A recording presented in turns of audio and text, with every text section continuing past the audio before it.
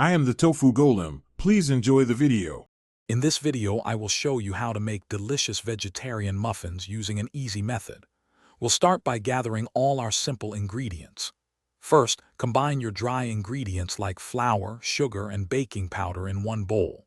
Then, whisk together the wet ingredients such as milk, oil, and an egg substitute in another.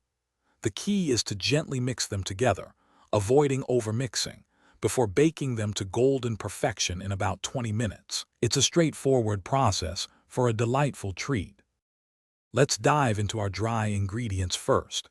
You'll need 1 3/4 cups of all-purpose flour, which forms the base of our muffins. For a touch of sweetness, add 1/2 cup of granulated sugar. To ensure a lovely rise, incorporate 2 full teaspoons of baking powder. And don't forget a small pinch of salt. It truly enhances all the wonderful flavors in your muffins.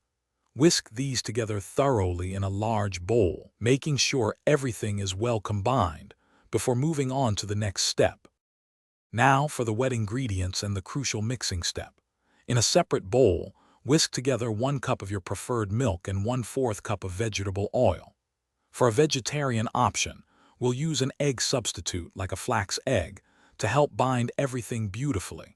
Once your wet ingredients are ready, pour this mixture directly into your bowl of dry ingredients. The most important tip here is to mix gently, just until the ingredients are moistened. Overmixing can lead to tough muffins, and we want them light and fluffy. Finally, it's time to bake these wonderful muffins. First, preheat your oven to 375 degrees Fahrenheit. Line a standard 12-cup muffin tin with paper liners to prevent sticking and make cleanup a breeze. Carefully spoon your batter into each cup, filling them about 2/3 full.